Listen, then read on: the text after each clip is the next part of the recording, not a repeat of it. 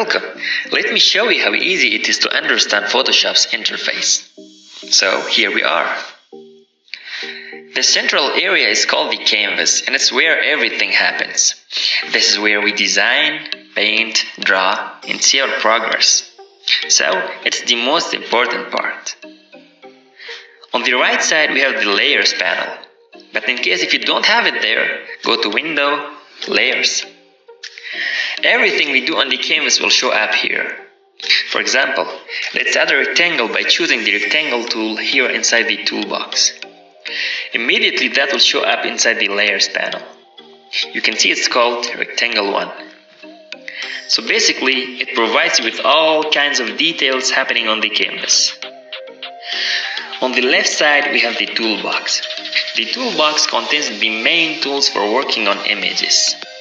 You can click any tool to select and use it. A small arrow next to a tool in the toolbox indicates that the tool also has additional options available.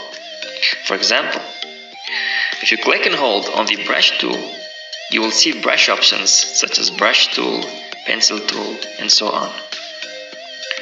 You can also access the tools using the keyboard shortcuts. For example, to select the Move tool, it's easier to press the V key rather than moving the mouse cursor to select it. Next to the top of Photoshop we have the menu bar. The menu bar consists of several items which starts with File and ends with Help. Most of our work will be done using the menu bar.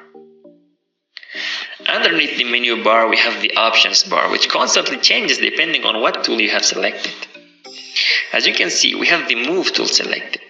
So if I select other tools, notice how this area changes. Basically, this is your information zone, where you can see and modify the settings for each tool. And that was a brief introduction to Photoshop's interface.